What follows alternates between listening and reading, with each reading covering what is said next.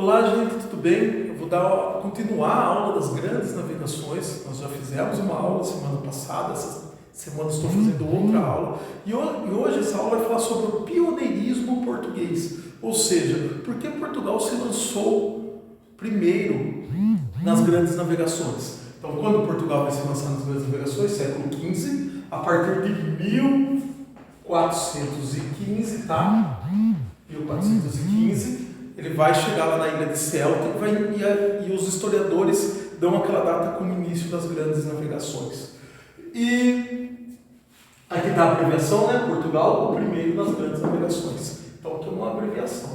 Mas o importante é o conhecimento. Vamos lá, primeiro aspecto, por que o Portugal foi primeiro? Bom, primeiro por causa da sua localização geográfica. Portugal fica na Península Ibérica, fica Portugal e Espanha, tá? Que é uma mapinha adaptado.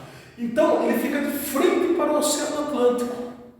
E como ele queria chegar através de outras rotas para as Índias, como eu já expliquei na aula passada, né? Achar novas rotas para chegar às Índias, no porto de Calicut e Goa, né? Eles tinham que sair pelo Atlântico. Como Portugal ficava de frente para o Atlântico, ele tinha uma localização geográfica privilegiada que o favorecia, tá bom?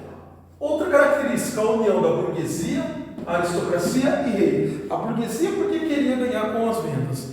A aristocracia porque é dela a conquista, a guerra, a conquista. Então eles queriam conquistar novos territórios. E o rei porque ele queria expandir seu império, expandir seu poder, o poder da sua nação, tá bom? Então a burguesia ela vai ajudar a dar dinheiro para construir os barcos. A aristocracia vai se formar o corpo técnico, ou seja, os navegadores, os guerreiros que vão lá para... Porque, gente, pense você que você vai sair de Portugal, chegar no porto da África e você vai ser bem recepcionado, todo mundo vai te abraçar. Muitas vezes era conflito. Para vocês terem uma ideia, 40% dos navegantes morriam. Então, assim, a chance de você saía 100 pessoas de Portugal, 40 não voltavam mais. Lembra do poema que eu falei do Fernando Pessoa? Posso até falar aqui depois, tá? Outro fator importante que ajudou a escola de Sagres. Por que, gente, a escola de Sagres é importante? Porque a escola de Sagres ajudou no avanço náutico, tanto fazer caravelas, estudar mapas. A cartografia vai sofrer um grande processo, vai sofrer uma verdadeira revolução. Dentre as invenções, os avanços da época, a cartografia talvez seja a que mais se destacou. Porque antes eles acreditavam que a Europa era o centro do mundo. Agora eles viram, gente, a Europa é muito pequeno, né? Porque só o Brasil é do tamanho da Europa. Só o Brasil, para vocês terem uma ideia, se você tirar todos os países da Europa, exceto a Rússia, cabe aqui dentro do Brasil. Então, se você pegar todos os países da Europa, você coloca dentro do Brasil. Então, como que a Europa podia ser o centro do mundo, como eles acreditavam? A Europa é muito pequena, né? Perto do restante do mundo.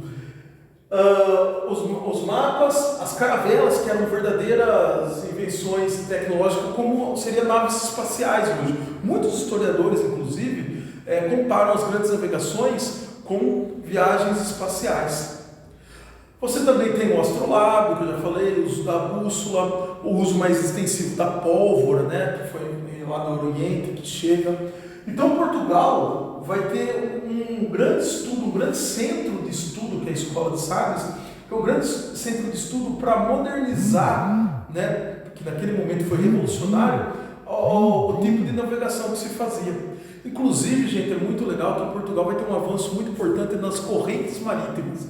Ou seja, como as massas de ar se deslocam e por onde que o navio tem que navegar durante o inverno e o verão. Então, gente, o estudo era muito aprofundado. Outra característica muito importante é a ausência de conflitos internos e externos. Ou seja, Portugal não tinha guerra lá. Se você pegar, por exemplo, a França e a Inglaterra, em 1337 a 1450, você estava tendo uma guerra dos 100 anos, que durou 116 anos. Né? Então, quer dizer, enquanto em 1415 Portugal estava se lançando ao mar, a Inglaterra e a França estavam fazendo guerra. A Espanha era dominada, boa parte da Espanha, por árabes. E os europeus estavam tentando reconquistar a Espanha, por isso que tem um processo de guerra da reconquista, né? Então a Espanha também não era formada um país. Então a França, que estava perto de Portugal, estava em guerra com a Inglaterra, e a França e a Espanha, desculpa, estavam tentando formar o seu país, que nem era formado. Enquanto isso, Portugal, além de ter um país, um Estado Nacional formado, ele tinha uma burguesia que lhe auxiliava, uma aristocracia que formava um corpo técnico militar e um lugar favorável que fazia com que eles conseguissem navegar e atingir o Atlântico mais facilmente. Então as outras regiões da Europa estavam em conflito, tá bom? Muito importante salientar isso daí. E por último, eu coloquei aqui, mas não menos importante, o apoio da Igreja Católica.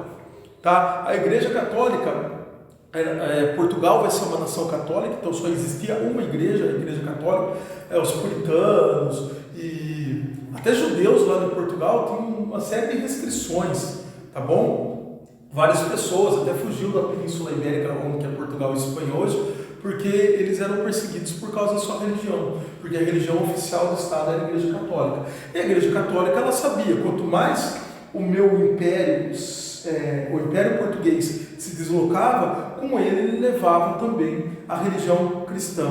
E, gente, é muito importante essa questão da religião, porque se você não controla o imaginário da pessoa e a mentalidade das pessoas, você não consegue controlar, de fato, as pessoas. Então, para eu fazer com que a pessoa trabalhe para mim e concorde comigo, ela tem que ter o mesmo tipo de crença do que eu. Então, a igreja já sabia disso, Portugal já sabia disso. Então, eles vão ter...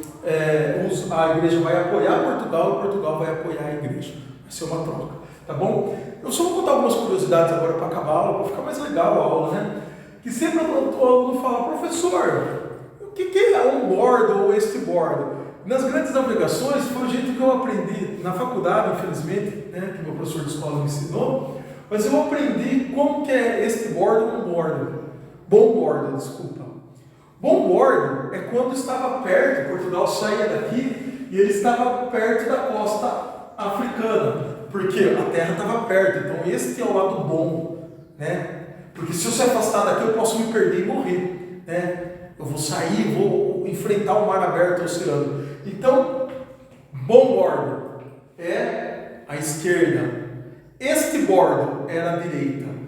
Eram assim que os portugueses conseguiam falar se eles estavam mais próximos do continente, né, que no caso é o continente africano, ou se eles estavam mais longe do continente, tá? Então, bom bordo perto da África, bom bordo perto da Terra, este bordo longe da Terra, longe da África, tá? Tem até uma passagem legal que o cara fala assim, olha, ele chegava para as pessoas que estavam lá e eles eram tudo ignorantes, né? Muitos dos marinheiros, os que eram o chão de fábrica, vamos dizer, que lógico que não existe aquela expressão, falavam assim, eu não sei o que é bom bordo ou este bordo, então ele mandou pendurar alhos e cebolas.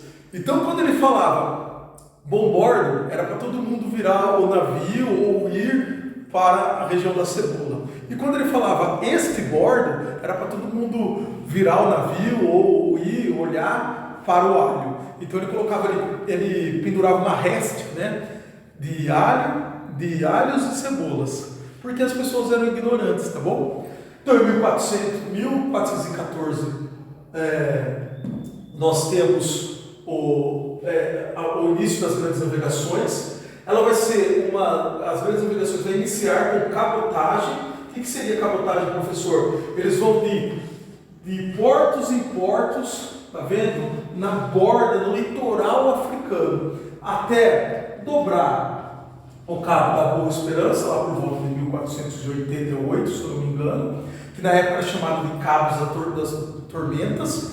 Muitos marinheiros morriam nesse processo, e depois chegando às Índias, principalmente no porto de Goa e no porto de Calicut, tá bom? Que até hoje é famoso, né? A cidade de Calicut lá é importante pra caramba, né?